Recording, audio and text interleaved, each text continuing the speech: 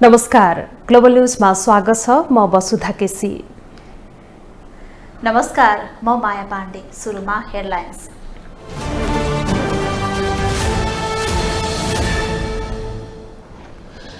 गठबन्धनको दोस्रो चुनावी सभा सम्पन्न। आफ्ना उम्मेद्वारलाई जिताउन शीर्ष नेताको एक स्वर, ओलीको चर्को आलोचना। आलम विरुद्धको मुद्दामा जिल्ला र उच्च अदालतको आदेश सर्वोच्चद्वारा सदर, कारागार मुक्त गर्न अस्वीकार।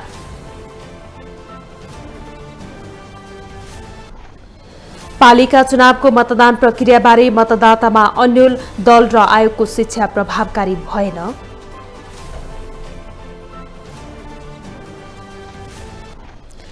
अफगानिस्तानमा खाद्य संकट जटिल बन्दै गएको राष्ट्रसङ्घको दावी। जनताको आमदानीमा 1/3ले गिरावट।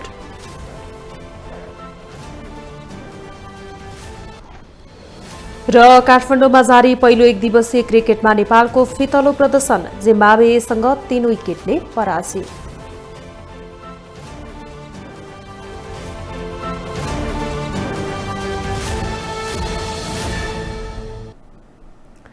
ग्लोबल न्यूज अब विस्तारमा। माओवादी केन्द्रका अध्यक्ष पुष्पकमल दाहाल प्रचण्डले पुनः एकपटक एमालेलाई देखाएर गठबन्धनलाई तर्साएका छन्। भरतपुरमा आयोजित चुनावी सभामा उनले भरतपुरमा रेणुले हारे त्यस दुर्घटनामा जाने मात्र बोलेनन्, एमालेले मिल्ने प्रस्ताव ल्याएको भनेर प्रधानमन्त्री देउवालाई तर्साए पनि। तर एमालेले भने प्रचण्डले रेणु जिताउन एमालेलाई प्रयोग गरेको आरोप लगाउँदै कुनै दिन एमाले माओवादी तालमेलको विषय नभएको प्रस्ट्याएको छ। सत्तारूढ प्रमुख घटक माओवादी केन्द्रका अध्यक्ष पुष्पकमल दाहाल प्रचण्डले एमालेलाई देखाएर सत्तारूढ कांग्रेसलाई तर्साएका छन्। बिहीबार भरतपुरमा आयोजित चुनावी सभालाई सम्बोधन गर्ने क्रममा उनले एमालेलाई देखाएर कांग्रेसलाई तर्साउन खोजे। सभामा सम्बोधनका क्रममा प्रधानमन्त्री एवं नेपाली कांग्रेसका सभापति शेरबहादुर सहित कांग्रेस नेताहरूले पार्टीका असन्तुष्ट कार्यकर्ता तथा समर्थकलाई फकाउने प्रयास गरेको भए पनि माओवादी केन्द्रका अध्यक्ष प्रचण्डले भने कांग्रेस र माओवादीको गठबन्धन अस्वीकृत भए देश दुर्घटनामा पर्ने भन्दै त्रास देखाए। उनले एमालेका कार्यकर्ताहरू पछिल्लो समय पुनः मिल्ने प्रस्ताव लिएर आउने गरेको सुनाउँदै गठबन्धनलाई साइजमा राख्न खोजे। मैले अहिले कतिपय बेला एमालेका कतिपय साथीहरूले होइन हामी नै मिलौँ भन्न आउँछन् आजभोलि। मैले हुँदैन, पहिला त मैले एउटा गल्ती गरेँ, अब म दोहोऱ्याउन्न भनेको छु। मैले सुन्नु होला साथीहरू, भनिदिनु होला चितवनका सबै राजनीतिक कार्यकर्तालाई, म त्यो गल्ती दोहोऱ्याउन्न। म जनताको फैसला हेर्न चाहन्छु, म राजनीतिक दलहरूको फैसला हेर्न चाहन्छु। जनताको के हुन्छ त्यसलाई सिरोपर गरेर अगाडि बढ्छु। म शान्ति सम्झौतामा आउँदा तपाईँहरूले सुन्नुभएको छ, मैले पटक पटक भनेको थिएँ संविधान सभाको चुनाव होस्, जुनसुकै फैसला मान्न म तयार छु भनेर शान्ति सम्झौतामा हस्ताक्षर गरेको हो गिरिजा प्रसाद कोइरालासँग। माधवजी साक्षी हुनुहुन्छ। तर एमालेले भने प्रचण्डको अभिव्यक्तिमा सत्यता नभएको जुकिर गरेको छ। एमालेले मिल्ने प्रस्ताव माओवादीसँग कहिल्यै लिएर नगएको, बरु माओवादीकै कतिपय नेताहरू भने स्थानीय तहमा तालमेलको प्रस्ताव लिएर आएको र के स्थानमा तालमेल पनि गरेको बताएको छ। उसको चाहिँ अर्कोतिर देखाएर अर्कोतिर धम्क्याउने मात्र प्रयत्न हो। त्यो गठबन्धनमा जुन ढङ्गले देशव्यापी एउटा गठबन्धन हौला र जिताउला भन्ने लागेको थियो नि उहाँलाई, त्यो नभए पछाडि अब के नगरपालिका के महानगरपालिका बाहेक अब जम्मा जम्मी एउटा महादेव छोरीको चाहिँ सिटको संरक्षणको लागि उसले देशभरिको माओवादीलाई बलि चढायो नि त। उसको कार्यकर्ताहरू चाहिँ बरु गठबन्धनमा हामी चाहिँ काङ्ग्रेससँग जाँदैनौँ, हामी एमालेसँगै मिल्छौँ भनेर धेरै ठाउँहरूमा बरु एमालेसँग मिलेर चाहिँ चुनाव लडेका छन् उसको कार्यकर्ताहरू चाहिँ। तर ऊ चाहिँ माथि अब एउटा पार्टीलाई देखाएर अर्कोसँग बार्गेनिङ गर्ने खालको खेलमा देखियो। त्यसो भए के माओवादी केन्द्रका अध्यक्ष प्रचण्डले एमालेमाथि अपुष्ट वा मनगढन्ते आक्षेप लगाएका हुन् त, कि मास एट्र्याक्सन सहित कांग्रेस तर्साउन एमाले कार्ड प्रचण्डले फ्याले? प्रचण्डको यो घुर्कीको अनेक निष्कर्ष निकाल्न सकिन्छ, तर के यो भाषणले चितवनको कांग्रेस कार्यकर्ताको मन पग्लियो वा उनीहरू थप बिच्किए? यो सवाल महत्त्वपूर्ण छ। कांग्रेस बुझेका विश्लेषकहरू भने प्रचण्डको यो भाषणले चितवन कांग्रेस झन बिच्किएका छन्। क्यामेरामा विजय ठकुरीका साथमा विकास आचार्य, काठमाडौँ। कांग्रेस नेत्री आरजू राणाको अभिव्यक्तिको आलोचना सुरु भएको छ। चुनावी सभाका लागि बिहीबार गृह जिल्ला डडेलधुरा पुगेर उनले कांग्रेसले नजिते बजेट नै नपठाउने घोषणा गरेकी थिइन्। सरकारी कोषको रकम स्थानीय तहमा निश्चित मापदण्डको आधारमा जाने गरेको छ, तर राणाले भने आफ्नै तजबिजीको अधिकार रहेको जसरी घोषणा गरेपछि उनको आलोचना सुरु भएको हो।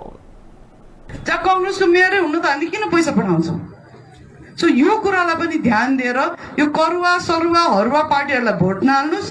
यो भनाइ हो कांग्रेस नेत्री समेत रहेकी प्रधानमन्त्री पत्नी आरजू राणाको। चुनावी सभाका लागि गृह जिल्ला डडेलधुरा पुगेकी राणाको अभिव्यक्तिको चौतर्फी आलोचना सुरु भएको छ। उनले भनेकी छन् कांग्रेसले नजित्ने स्थानमा सरकारी बजेट आउन्न। जहाँ कांग्रेसको मेयरै हुन त हामी किन पैसा पठाउँछौँ? सो यो कुरालाई पनि ध्यान दिएर यो करुवा सरुवा हरुवा पार्टीहरूलाई भोट नहाल्नुहोस्। राणाले कांग्रेसले नजिते सरकारी बजेट स्थानीय तहमा नपठाउने घोषणा गर्दा कांग्रेसकै कार्यकर्ताहरूले भने ताली बजाएको देखिन्छ। सरकारको नेतृत्व गरिरहेका कांग्रेस सभापति शेरबहादुर देउवाकी पत्नी समेत रहेकी उनको भनाइले सरकारी कोषको रकम उनकै तजबिजीका आधारमा स्थानीय तहमा विनियोजन हुने संकेत गर्छ। तर स्थानीय तहमा कति बजेट विनियोजन गर्ने भन्ने निर्णय गर्नका लागि भने ऐन कानून र नियमावली समेत छन्। तर राणाले भने आफ्नै अधिकार रहेको जसरी सार्वजनिक कार्यक्रममा रकम नपठाउने घोषणा गरेकी छन्, जसका कारण उनको मात्र होइन कांग्रेसकै आलोचना सुरु भएको छ। यता माओवादी अध्यक्ष प्रचण्डले आगामी चुनावमा चितवनमा उनकै छोरी रेणु दाहालले नजिते देश दुर्घटनामा जाने चेतावनी बिहीबार दिएका थिए। यसले चुनावका बेला नेताहरूले गर्ने भाषणकै शैलीमाथि समेत प्रश्न उठ्न थालेको छ। निर्वाचन आयोगले जारी गरेको आचार संहिता विपरीत राणा सहितका नेताहरूको अभिव्यक्ति आएको भए पनि आयोगले भने कुनै प्रक्रिया अघि बढाएको छैन। स्थानीय तहको चुनावको मिति नजिकिएसँगै सत्ता गठबन्धनका दल र नेताहरू सक्रिय देखिएका छन्।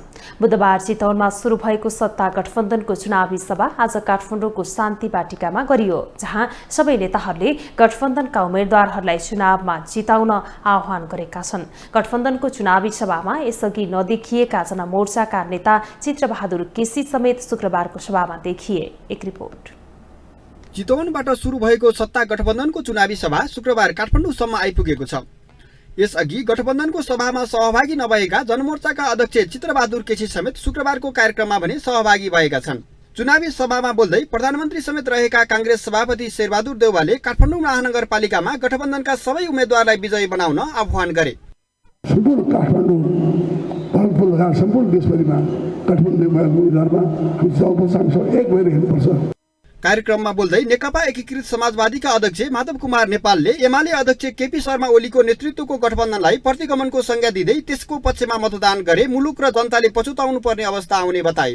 प्रतिगामी चित्तामा उभिएकाहरूको पक्षमा मत खसाल्नु पर्यो भने पछि तपाईले पनि पछुताउनु पर्नेछ, तपाईका सन्तानहरूले पनि दुःख भोग्नु पर्नेछ। नेकपा माओवादी केन्द्रका अध्यक्ष एवं पूर्व प्रधानमन्त्री पुष्पकमल दाहालले मेयरका उम्मेद्वार द्वय रेणु दाहाल र सृजना सिंहलाई अवमूल्यन गर्ने काम गरिएको भन्दै आक्रोश व्यक्त गरे। हुन त यी दुईटा मेयरका प्रत्याशीका बारेमा एक थरी मान्छेहरूले नकारात्मक टिप्पणी नगरेका होइनन्।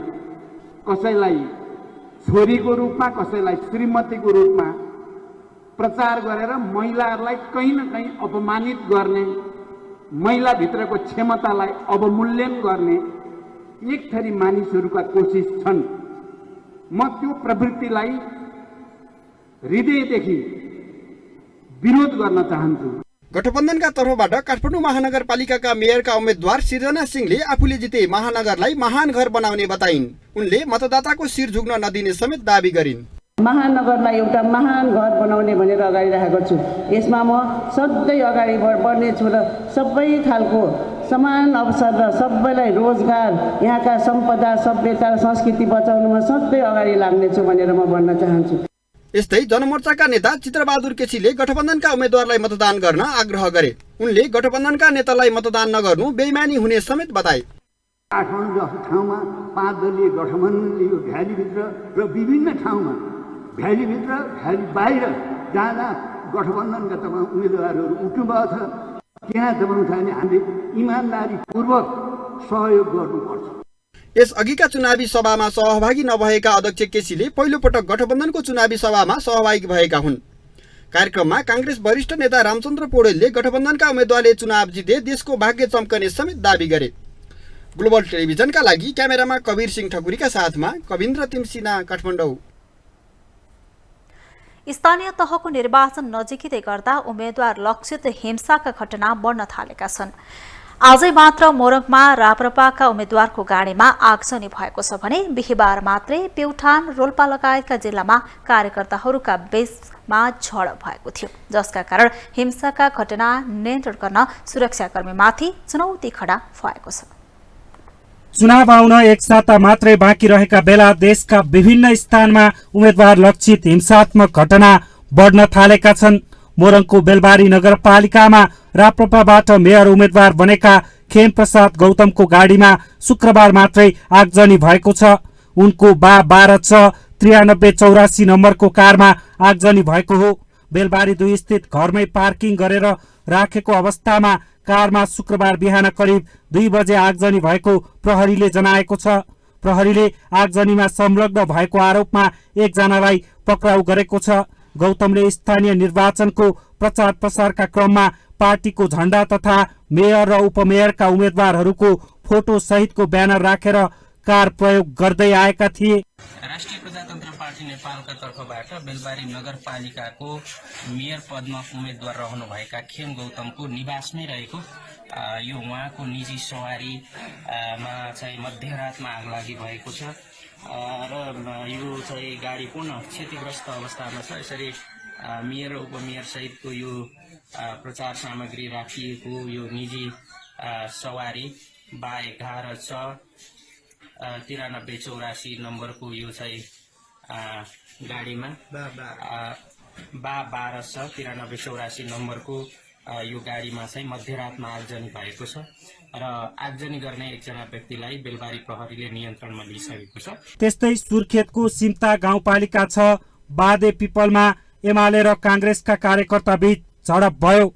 बिहीबार राति 11 बजे एमाले र कांग्रेसका कार्यकर्ता बीच झडप भएको हो। एमाले र कांग्रेसका कार्यकर्ता बीच झडप हुँदा सिमला गाउँपालिका 5 का नेपाली कांग्रेसका वडा अध्यक्षका उम्मेद्वार उपेन्द्र सिंह र उनका समर्थक सूरज सिंह ठकुरी घाइते छन्। चुनावको मिति नजिकिएसँगै बढ्न थालेको सुरक्षा चुनौतीका बारेमा भने प्रहरीले विशेष ध्यान दिन थालेको दावी गरेको छ। राजनीतिक रूपमा एक र अर्को दल बीच आपसी प्रतिस्पर्धा छँदैछ। प्रतिस्पर्धाका सिलसिलामा अब सामान्य झडप हुने, एकले अर्कामाथि आक्षेप लगाउने अथवा विभिन्न बहानामा चाहिँ तोडफोड हुने अवस्थाहरू ठाउँ ठाउँमा भएको अवस्था छ। त्यसमध्येको यो एउटा यो बेलबारीको पनि घटना हो। त्यो घटना भइसकेपछि प्रहरीले त्यस घटनामा संलग्न व्यक्तिलाई, एकजनालाई शङ्कास्पद व्यक्तिलाई नियन्त्रणमा लिएर अनुसन्धान गरिरहेको अवस्था पनि छ र सबै ठाउँमा उम्मेद्वार मतदाताहरूलाई सुरक्षाको लागि नेपाल प्रहरी चाहिँ सक्रियतापूर्वक अगाडि लागिरहेको अवस्था छ। बुधबार राति धनुषाको कमला नगरपालिकामा उम्मेद्वारमाथि सांघातिक आक्रमण भयो। कमला नगरपालिकाको वडा नम्बर 1 स्थित मंगराहामा नेकपा माओवादी केन्द्रबाट वडा अध्यक्ष पदका उम्मेद्वार सर्वदेव यादवको घरमा तोडफोड गर्दै उनका 70 वर्षीय बुबा चन्द्रनारायण यादवमाथि धारिलो हतियार प्रहार भएको थियो। वडा सदस्यका उम्मेद्वार हरेराम भण्डारीमाथि पनि एक समूहले धारिलो हतियार प्रहार गरेको छ। यदि कुनै पनि राजनीतिक दलमाथि कुनै पनि अर्को राजनीतिक दलले आक्रमण गर्ने अथवा कुटपिट गर्ने, तोडफोड गर्ने लगायतका क्रियाकलापमा संलग्न यदि उजुरी परेको अवस्था छ भने त्यसमा संलग्न सबैलाई नेपाल प्रहरीले पक्राउ गरेको छ र कारबाहीको दायरामा ल्याएको अवस्था छ। प्रहरीले चुनावका बेला हुन सक्ने झडप र हिंसात्मक घटना नियन्त्रणमा सक्दो प्रयास गरिरहेको बताएको छ। तर देशका विभिन्न स्थानमा सुरु भएको झडपले चुनावको शान्ति सुरक्षामै प्रश्न समेत उठ्न थालेको छ। ग्लोबल टेलिभिजनका लागि क्यामेरामा कवीर सिंह ठकुरीका साथमा अभिषेक सापकोटा, काठमाडौँ। सत्तारूढ नेपाली कांग्रेसका महामन्त्री गगनकुमार थापाले नेकपा एमालेका अध्यक्ष केपी शर्मा ओलीलाई भोट माग्ने नैतिक आधार नै नरहेको दावी गर्नुभएको छ। प्रजातान्त्रिक विचार समाजले शुक्रबार काठमाडौँमा आयोजना गरेको एक कार्यक्रममा बोल्दै महामन्त्री थापाले यस्तो बताउनु भएको हो। उहाँले गत 5 वर्षमा नेपाल कम्युनिस्ट पार्टीका विभिन्न घटकहरूले गरेको उपलब्धिको बारेमा जानकारी गराउनुपर्ने पनि बताउनुभयो। महामन्त्री थापाले 2074 साल यताको 5 वर्ष कम्युनिस्टले सरकार चलाएको र यो समय खेर फालेको आरोप समेत लगाउनुभयो। उहाँले कम्युनिस्ट नेता र पार्टीहरूले खेर फालेको 5 वर्षको समयका लागि जनता समक्ष माफी माग्नुपर्ने बताउनुभयो। 5 वर्ष खेर फाल्नेले त्यो 5 वर्ष खेर किन फालेको भन्ने कुराको जवाफ नदिइकन 5 वर्षको लागि माफी नमागिकन आज मञ्चमा उभिएर नेपाल कम्युनिस्ट पार्टीको नेता सबै नेपाल कम्युनिस्ट पार्टीभित्रका सबै घटकहरूले र मूलतः नेपाल कम्युनिस्ट पार्टीभित्रको नेपाल कम्युनिस्ट पार्टी एमालेको आजको अध्यक्ष जसले जिम्मा लिनुभयो 5 वर्षको एकपटक जनताको बीचमा उभिएर मैले 5 वर्षको लागि म्यान्डेट पाएको थिएँ, मैले चलाउन सकिनँ, यसको लागि मलाई क्षमा देऊ। मैले 5 वर्षको लागि संसद चलाउनु पर्थ्यो, चलाउन सकिनँ। मैले 5 वर्ष अवसरको मैले प्रयोग गर्नुपर्छ, चलाउन सकिनँ, मैले प्रयोग गर्न सकिनँ भन्ने कुराको क्षमा एकपटक नमागिकन माफीको याचना नगरिकन जनताको बीचमा एक प्रकारले भन्यो भने मत माग्ने नैतिक आधार पनि छैन भन्ने नेपाली कांग्रेसको हाम्रो आफ्नो ठम्याइ हो। महामन्त्री थापाले अबको 5 वर्ष नेपाली कांग्रेसलाई सबै तहको सरकारको जिम्मा दिनुपर्ने बेला भएको बताउनुभयो। उहाँले समुन्नत नेपाल निर्माण गर्ने संकल्प नेपाली कांग्रेससँग रहेको पनि स्पष्ट पार्नुभयो। स्वतन्त्रताको रक्षा र सम्वर्धन गर्दै जनताको जीवन स्तरमा बदलाव ल्याउनका निम्ति म तिम्रो यो अधिकार दिन्छु, म यो अधिकार दिन्छु, यसरी म तिमीलाई बलियो बनाउँछु भनेर जुन संकल्प संविधानले गरेको छ, जुन वाचा संविधानले गरेको छ, हाम्रो निम्ति त्यो नै समुन्नत नेपाल हो। त्यही समुन्नत नेपाल निर्माण गर्ने हामीसँग संकल्प पनि छ, हामीसँग योजना पनि छ। 5 वर्ष यही गरिनु पर्थ्यो, 5 वर्ष खेर गयो। हामी अबको 5 वर्ष खेर फाल्न चाहन्छौँ। 2079 सालदेखि 84 सालसम्मको 5 वर्ष यो संकल्प हामी पूरा गर्न चाहन्छौँ, यो वाचा हामी पूरा गर्न चाहन्छौँ। महामन्त्री थापाले यसपटकको स्थानीय निर्वाचनमा कांग्रेसबाट जित्ने सदस्यहरूले स्रोत साधनको अपचलन नगर्ने दावी गर्नुभयो। उहाँले अबको 5 वर्ष विगतको 5 वर्षभन्दा फरक रहने पनि बताउनुभयो। महामन्त्री थापाले कुनै पनि ठाउँमा विधि मिचेर मनलाग्दी स्रोत साधनको दुरुपयोग नगर्न पनि निर्देशन दिनुभयो। सर्वोच्च अदालतले नेपाली कांग्रेसका नेता तथा निलम्बित सांसद मोहम्मद अफ्ताब आलमलाई थुनामै राख्ने उच्च र जिल्ला अदालतको फैसलालाई सदर गरेको छ। न्यायाधीशद्वय सुषमलता माथेमा र नहकुल सुवेदीको संयुक्त इजलासले करिब 1.5 वर्षपछि सुनवाई भएको आलमको मुद्दामा अन्तिम फैसला नभएसम्म थुनामै राख्ने आदेश गरेको हो। इट्टाभट्टामा हालेर 20 भन्दा बढी मजदुरलाई जिउँदै जलाएको अभियोगमा पक्राउ परेका आलमलाई जिल्ला अदालत रौतहट र उच्च अदालत वीरगञ्जले पूर्वपक्षका लागि थुनामा राख्न आदेश गरेको थियो। आलमले 2077 असोज 12 गते जिल्ला र उच्च अदालतको आदेश बदल गर्नुपर्ने माग गर्दै सर्वोच्च अदालतमा निवेदन पेश गरेका थिए। सरकारी वकिलको कार्यालय रौतहटले आलमलाई त्रिलोकी प्रताप सिंह र ओसी अख्तरको हत्या अभियोगमा 25 वर्ष सर्लाहीका सफी अहमदलाई बम विस्फोटन गराई घाइते भएको घटनामा ज्यान मार्ने उद्योग सम्बन्धी मुद्दामा 10 वर्ष र विस्फोटक पदार्थ सम्बन्धी मुद्दामा 10 वर्ष गरी 45 वर्ष कैद सजाय हुनुपर्ने माग गर्दै मुद्दा दर्ता गरेको थियो। स्थानीय तहको चुनाव आउन अब 1 हप्ता बाँकी रहेको छ। निर्वाचन आयोगले सम्पूर्ण तयारी सकिएको बताए पनि धेरै मतदातामा यसपालि मतदान कसरी गर्ने अन्यल भने कायमै छ। गठबन्धनका उम्मेद्वार उठेको क्षेत्रमा झनै अन्यल छ। यस अघिको स्थानीय तहको चुनावमा काठमाडौँ महानगरमा 3% र विराटनगर महानगरमा 24% मत बदर भएको थियो। घर दैलो कार्यक्रम स्थगन गरेको निर्वाचन आयोगले मतदाता शिक्षा कार्यक्रम प्रभावकारी भएको दावी गरेको छ। स्थानीय तह निर्वाचन नजिकिएसँगै मतदाता शिक्षा कार्यक्रम प्रभावकारी नभएको गुनासो सुनिन थालेको छ। राजनीतिक दल र उम्मेद्वारहरू चुनावी प्रचार प्रसारमा हिँडे पनि मतदातालाई कसरी भोट दिने भनेर प्रभावकारी रूपमा सिकाउन सकेका छैनन्। गठबन्धनका कारण पनि मतदातामा मतदान कसरी गर्ने अन्यल थपिएको छ। एउटै स्थानीय तहमा गठबन्धनभित्रका विभिन्न दलका उम्मेद्वार उठेका छन्। मतदातालाई अहिलेसम्म भोट यसरी गर्ने भनेर कोही सिकाउन नआएको र यस अघिका चुनावमा गरेको आधारमा भोट गर्ने उनीहरूको तयारी छ। हामीले चाहिँ पहिलो तारिक चुनावमा पनि केही भोट हालेको भएर चाहिँ हामीलाई अलिअलि ज्ञान चाहिँ छ। तैपनि अब त्यसमा अहिले धेरै पार्टीहरूको चाहिँ सहमति भएको हुनाले चाहिँ त्यसमा चाहिँ अलिकति दोधार पनि छ क्या। सिकाउन त अहिलेसम्म कोही पनि आउनु भएको छैन। पहिले भोट राखेको आधारमा चाहिँ अब त्यसै गरी नै भन्ने सोचमा त्यसरी नै भोट गर्ने। मतपेटिकामा जुन किसिमले निर्वाचन आयोगले व्यवस्था गरेको छ त्यसमा लहरै भोट हाल्न त पाइन्थ्यो, तर गठबन्धन गर्दा अब जस्तो प्रमुख एउटा उपप्रमुख अर्को भनेको जिगज्याग छ क्या सामान्य हिसाबले पनि। कहिलेकाहीँ लहरै मतपेटिकामा हामीले भोट खसालले गर्दा मतपत्रमा भोट खसालले गर्दा छाप लगाउने बेलामा चाहिँ हामी नै झुकिन्छौँ। जस्तो अब हामी चाहिँ झुकिन्छौँ भने अब अग्रज पुस्ता भनौँ अलि पाका पुस्ताहरू चाहिँ कसरी भोट हाल्छन् भन्ने चाहिँ एउटा शङ्काको विषय बनेको छ। यता निर्वाचन आयोगले भने विभिन्न सञ्चार माध्यमबाट मतदाता शिक्षा कार्यक्रम प्रभावकारी बनाएको दाबी गरेको छ। यसपालि घरदैलो कार्यक्रम स्थगित गरेको आयोगले सञ्चार माध्यम, विभिन्न सामाजिक सञ्जाल, अनलाइन र मोबाइल रिङटोन मार्फत मतदाता शिक्षा कार्यक्रम प्रभावकारी रूपमा सञ्चालन भएको दाबी गरेको छ। निर्वाचनमा संलग्न सरकारवालाहरूको पृष्ठपोषण आधारमा विगतमा हामीले गरेको घरदैलो कार्यक्रमलाई अहिले चाहिँ स्थगन गरे हो। त्यो त्यति प्रभावकारी भएन, निष्पक्ष भएनन्, घरदैलोमा पुगेनन्, सही तरिकाले सिकाएनन् भन्ने धेरै गुनासो आएको कारणले गर्दा आयोगले यो कार्यक्रमलाई स्थगन गरे मात्रै हो। त्यसबाहेक आयोगले गर्ने छपाईका सामग्रीहरू अनि रेडियोबाट बजाउने कुराहरू, एफएमबाट बजाउने कुराहरू, टेलिभिजनबाट प्रसारण गर्ने कुराहरू, पत्रपत्रिकाबाट प्रसारण गर्ने कुराहरू गरि नै रहेको छ, लेखि नै राखेका हुनुहुन्छ उहाँहरूले। त्यसैले अरू माध्यम अपनाइया छ। जस्तै अब यहाँले दिनदिनै सुन्न सक्नुहुन्छ, सबैको हात कानमा पुग्ने चाहिँ निर्वाचनमा भाग लियौँ भन्ने चाहिँ हाम्रो कलटोन छ हाम्रो मोबाइलको, त्यसबाट पनि सबैलाई सम्प्रेषण भएको छ। मतदाताले चाहेको चिन्हमा मत राख्न सक्ने र सबै उम्मेदवारको निर्वाचन चिन्ह राखेर मतपत्र छापिएकाले अलमल हुनुपर्ने अवस्था नरहेको निर्वाचन आयोगका प्रवक्ता शालिग्राम शर्मा पौडेलले बताए। मतदाताले आफूले चाहेको उम्मेदवारको निर्वाचन चिन्हमा मत सङ्केत गर्ने हो होइन। मतदाताले कुनै एउटा पद कुनै एउटा दललाई दिएर अर्को पदमा अर्को दलको उम्मेदवारलाई मत सङ्केत गर्न पनि सक्नुहुन्छ। त्यसो भए हुनाले त्यो यो दलको मान्छे छैन यो छ भन्दा पनि मतदाताले चाहेको ठाउँमा मत सङ्केत गर्ने हो। त्यसो भए हुनाले सबै उम्मेदवारहरूको निर्वाचन चिन्ह राखेर मतपत्र छपाई गरिएको छ। यसमा अलमल लिनुपर्ने अवस्था छैन।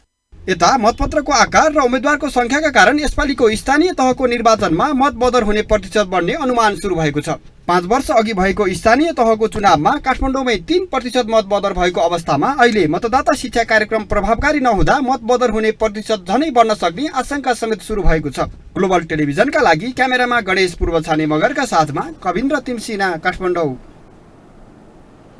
अब पालो ग्लोबल भोइसको।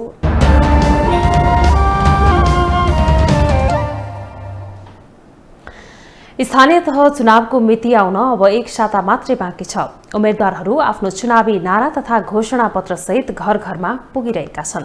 आयोगले पनि मतपत्र छपाई लगायतका काम सम्पन्न गरिसकेको बताएको छ। तर नयाँ थपिएका तथा पुराना मतदातामा भोट हाल्ने तरिका बारे पनि अन्यलता देखिन्छ। यसै सन्दर्भमा ग्लोबल भोइसमा आज हामीले मतदातालाई सोधेका छौं, तपाईलाई मतदान प्रक्रिया बारे थाहा छ?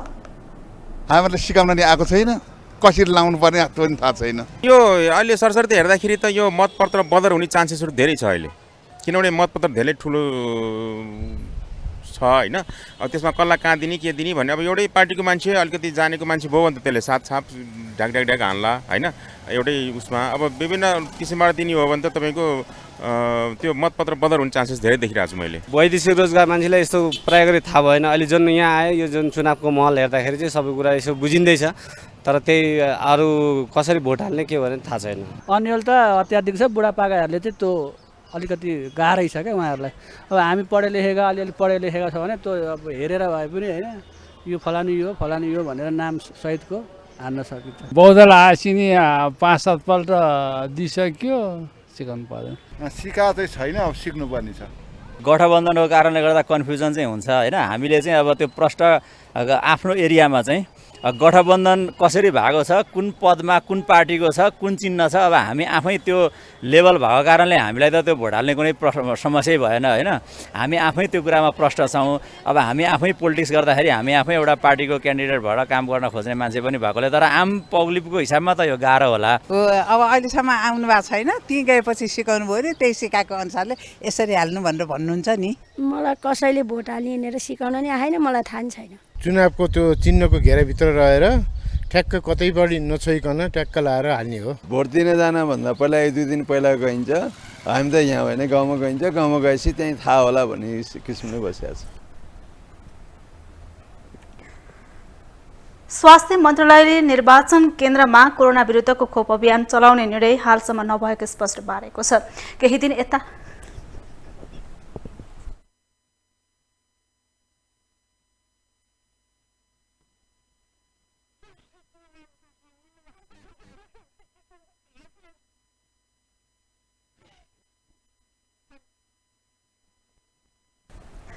केही दिन यता विभिन्न सञ्चार माध्यमहरूमा आसन्न वैशाख 30 गते देशभर एकसाथ हुने स्थानीय तहको निर्वाचनमा हरेक मतदान केन्द्रमा कोरोना विरुद्धको खोप लगाउने भनेर समाचार प्रकाशित भइरहेका छन्। तर स्वास्थ्य मन्त्रालयका सहप्रवक्ता डाक्टर समीर कुमार अधिकारीले भने यसबारेमा हालसम्म मन्त्रालयबाट कुनै पनि निर्णय नभएको बताउनुभयो। उहाँले मतदान केन्द्रमा खोप लगाउने व्यवस्थाका लागि धेरै व्यवस्थापन गर्नुपर्ने भएकोले त्यो सम्भव नदेखिएको बताउनुभयो। अहिलेसम्म कुनै निर्णय भइसकेको छैन, किनभने मत हाल्ने दिनमा सबैको ध्यान मत हाल्नेतिर हुन्छ। अब त्यसमा हामीले खोप राख्दाखेरि धेरै व्यवस्थापन गर्नुपर्ने हुन्छ। अर्को कुरा, स्वास्थ्य कर्मीहरू नै मतदान केन्द्रहरूमा खटिने भएको हुनाले स्वास्थ्य कर्मी खोप केन्द्र व्यवस्थापन गर्न अलिकति चुनौतीपूर्ण हुने अवस्थाहरू हुन्छ। हामीले चुनावलाई मध्यनजर गरेर त्यसभन्दा अगाडि सबै व्यक्तिहरूलाई खोप लगाउने कुराहरू कसरी गर्न सकिन्छ भन्ने कुराहरूमा बढी केन्द्रित भएर काम गरिरहेका छौँ भने मतदानभन्दा पछिका दिनहरूमा पनि खोप लगाउनु पर्ने व्यक्तिहरू, विशेष त एक मात्रा पनि खोप नलगाएका व्यक्तिहरू, दोस्रो मात्रा लगाउनु पर्ने बेला भएका व्यक्तिहरू र तेस्रो मात्रा लगाउने बेला भएका व्यक्तिहरूलाई क्रमशः प्राथमिकतामा राखेर सबैलाई चाँडै खोपको दायरामा ल्याउने गरी काम चाहिँ गरिरहेका छौँ। सहप्रवक्ता अधिकारीले सरकारको अहिलेको लक्ष्य मतदान भन्दा पछिका दिनहरूमा पनि खोप लगाउनु पर्ने व्यक्तिहरू, विशेषतः एक मात्रा पनि खोप नलगाएका व्यक्तिहरू, दोस्रो मात्र लगाउनु पर्ने बेला भएकाहरू र तेस्रो मात्र लगाउने बेला भएका व्यक्तिहरूलाई क्रमशः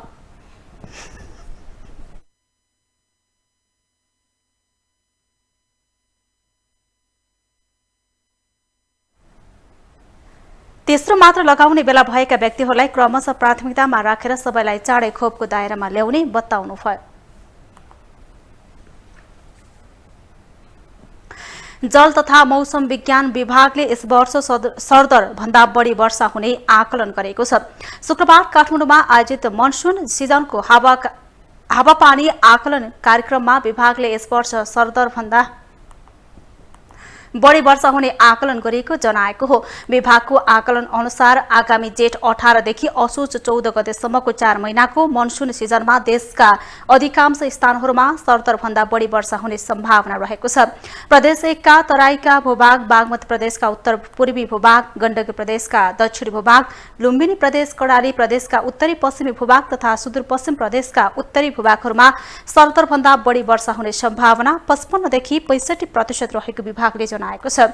जल तथा मौसम विज्ञान विभागका मौसमविद सुदर्शन हुमागाईले सुदूरपश्चिम प्रदेशका पूर्वी भूभाग, कर्णाली प्रदेशका मध्य भूभाग, गण्डकी प्रदेशका मध्य पश्चिमी भूभाग र प्रदेश 1 को मध्य भूभागहरूमा सरदर भन्दा बढी वर्षा हुने सम्भावना 45 देखि 55% सम्म रहेको बताउनुभयो।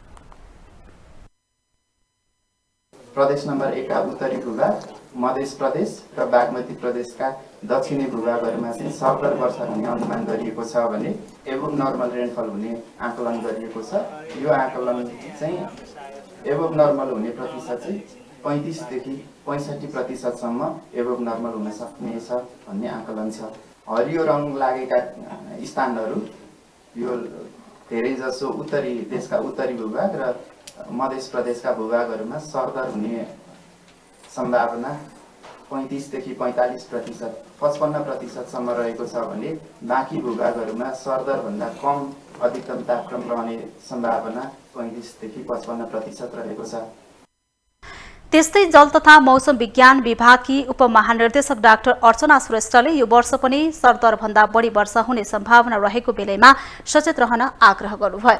उहाँले मौसम तथा बाढी पूर्वानुमानको सूचना दिने आफ्नो क्षेत्रको कार्ययोजना बनाउन पनि सम्बन्धित निकायसँग आग्रह गर्नुभयो। आगामी मनसुन सिजनमा प्रदेश 1 को उत्तरी भूभाग, मध्य प्रदेशको अधिकांश भूभाग र बागमती प्रदेशका दक्षिणी भूभागहरूमा सरदर वर्षा हुने सम्भावना 35 देखि 45% सम्म रहेको र बाँकी भूभागमा सरदर भन्दा बढी वर्षा हुने सम्भावना 35 देखि 65% रहेको विभागले जनाएको छ।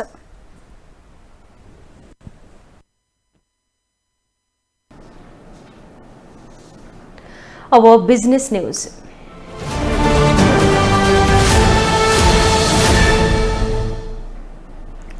नेपाल राष्ट्र बैंकका डेपुटी गभर्नर बमबहादुर मिश्रले पुँजी बजार देशको अर्थतन्त्रको ऐन बन्न सक्नुपर्ने बताउनु भएको छ। नेपाल उद्योग वाणिज्य महासंघले शुक्रबार आयोजना गरेको पुँजी बजार सम्मेलनमा मिश्रले पुँजी बजार अर्थतन्त्रको ऐन बन्न सक्नुपर्ने बताउनु भएको हो। उहाँले शेयर बजार पछिल्लो समय उतार चढाव आएकाले बजारमा सबै क्षेत्रको अपरिपक्व पुँजी लगानीको आवश्यकता रहेको बताउनुभयो। मिश्रले बजार परिपक्व नभए पुँजी बजारमाथि जान नसक्ने धारणा राख्नुभयो। उहाँले पछिल्लो समय 42 खर्बको पुँजी बजारबाट 33 अर्बको पुँजीकरणमा झर्न राम्रो नभएको बताउनुभयो। मेच्युरिटी हुनु जरुरी छ।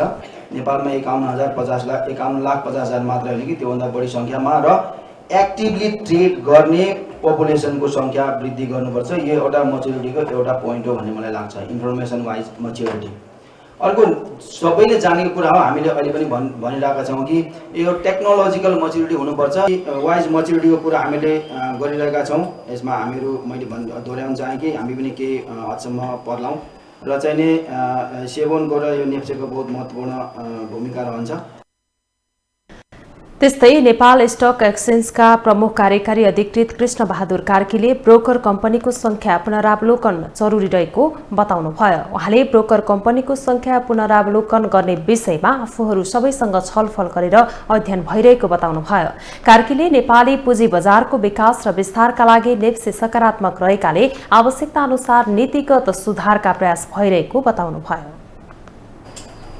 पनि एकदम जरुरी छ। त एसएमई प्लेटफर्मलाई हामीले लिगल रूपमा के रिफर्म गर्नुपर्छ, अरू चाहिँ प्रोसिड्युरल के छ, टेक्नोलोजीमा के गर्नुपर्छ, त्यसलाई हामी एउटा सायद कार्यदल बनाएर अब छिटैले त्यो अगाडि बढाउने भन्नेमा छौँ। यसमा लाग्छ अझ अध्यक्षज्यूले थप कुराहरू भन्नु नै छ। हाम्रो ओटिसी मार्केट पनि अब धेरै प्रारम्भिक अवस्थाको छ। अहिले जम्मा चाहिँ 252-54 कम्पनीहरू मात्र ओटिसीमा दर्ता हुन आउनुभएको छ।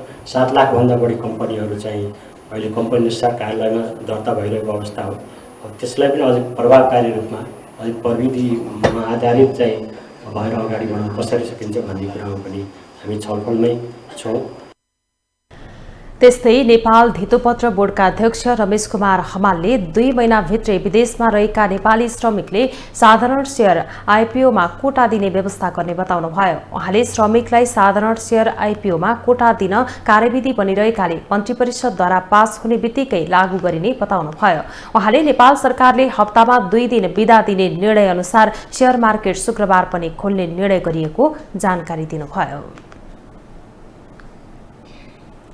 अब इन्टरनेशनल न्यूज।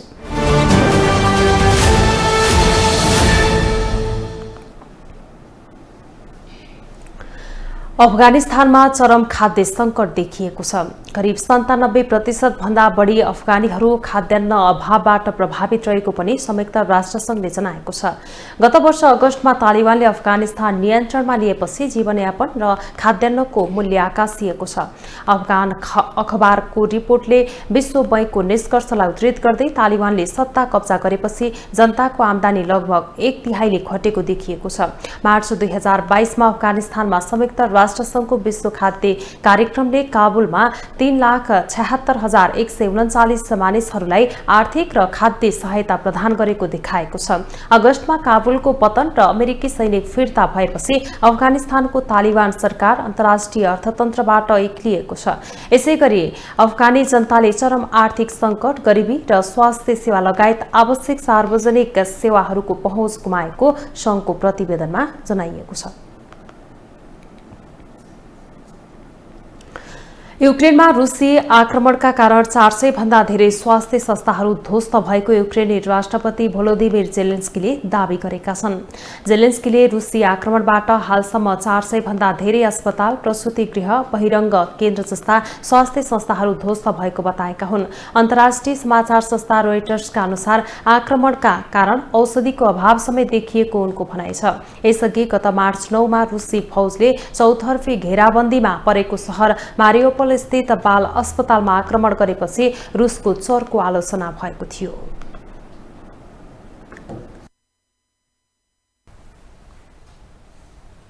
अब पालो स्पोर्ट्स न्यूजको।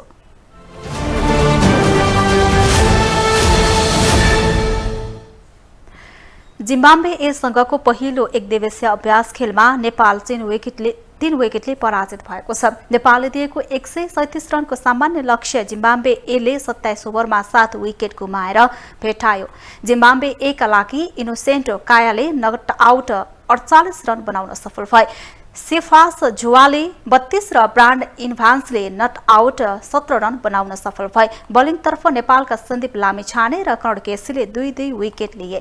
यस्तै सोमपाल कामी र सागर ढकालले 1-1 विकेट लिन सफल भए। यसअघि त्रिवी क्रिकेट मैदानमा टस हारेर पहिलो ब्याटिङ गरेको नेपाल 31 ओभर 3 बलमा 136 रनमै अल आउट भयो। नेपालका लागि सोमपाल कामीले 30, कर्ण केसीले 25, कुशल भुर्तेलले 19 र दिपेन्द्र सिंह एरीले 18 रन बनाए। बलिङतर्फ जिम्बाब्वे ए का लागि ब्रान्ड इभान्सले 4 विकेट लिए। नेपाल जिम्बाब्वे एले 3 खेलको एकदिवसीय श्रृङ्खला खेल्न लागेका हुन्। अब दोस्रो एकदिवसीय खेल भोलि शनिबार हुनेछ भने तेस्रो एकदिवसीय सोमबार हुनेछ। चीनको होङझौ शहरमा सेप्टेम्बरका लागि निर्धारित एसियाली खेलकुद अनिश्चित समयका लागि स्थगित भएको छ। एसियन ओलम्पिक परिषद ओसिएले सेप्टेम्बर 10 देखि 25 सम्म चीनको होङझौ शहरमा आयोजना हुने 19औं एसियाली खेलकुद स्थगित गर्ने निर्णय गरेको प्रतियोगिताको आधिकारिक वेबसाइटमा लेखिएको छ। तर त्यस अघि नै चीनको सरकारी उच्च सञ्चार माध्यममा सीसीटीभीले प्रतियोगिता स्थगित भएको पहिलो सूचना प्रसारण गरेको थियो।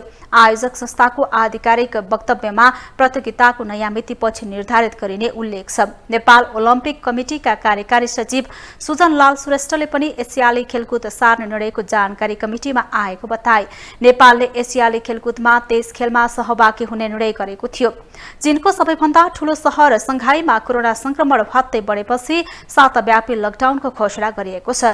एसियाली खेलकुदको आयोजना स्थल होङझौ शहर संघाईबाट 200 किलोमिटर दूरीमा पर्छ। इन्डियन प्रिमियर लिग आइपीएल क्रिकेटमा आज गुजरात टाइटन्स र मुम्बई इन्डियन्स खेल्दैछन्। खेल मुम्बईमा बेलुका पौने 8 बजे शुरू हुनेछ। गुजरात अङ्क तालिकाको शीर्ष स्थानमा छ भने मुम्बई पुच्छारमा छ। गुजरातले 10 खेलमा 8मा जित सहित 16 अङ्क जोडेको छ। मुम्बईले 9 खेलमा एउटा मात्र जित निकालेको छ, उसको 2 अङ्क मात्रै छ। आइपीएलमा गहिराती भएको खेलमा दिल्ली क्यापिटल्सले सनराइजर्स हैदराबादलाई 21 रनले हराएको थियो। जितसँगै दिल्ली 5औं स्थानमा उक्लिएको छ। दिल्लीले 10 खेलमा 10 अङ्क जोडेको छ। समान खेलमा हैदराबाद 10 अङ्कका साथ 6औं स्थानमा छ।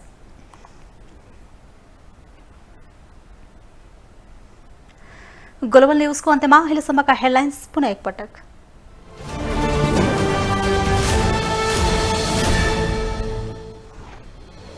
गठबन्धनको दोस्रो चुनावी सभा सम्पन्न, आफ्ना उम्मेद्वारलाई जिताउन शीर्ष नेताको एकसोर, ओलीको चर्को आलोचना।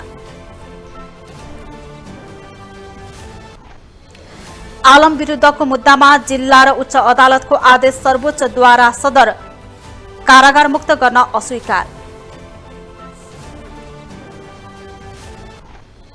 पालिका चुनावको मतदान प्रक्रियाबारे मतदातामा अन्यल दल र आएको शिक्षा प्रभावकारी भएन।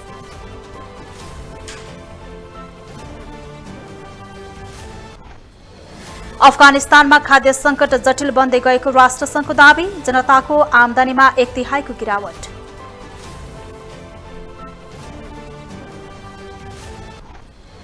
र काठमाडौँमा जारी पहिलो एकदिवसीय क्रिकेटमा नेपालको फितलो प्रदर्शन, जिम्बाब्वे यससँग 3 विकेटले पराजित।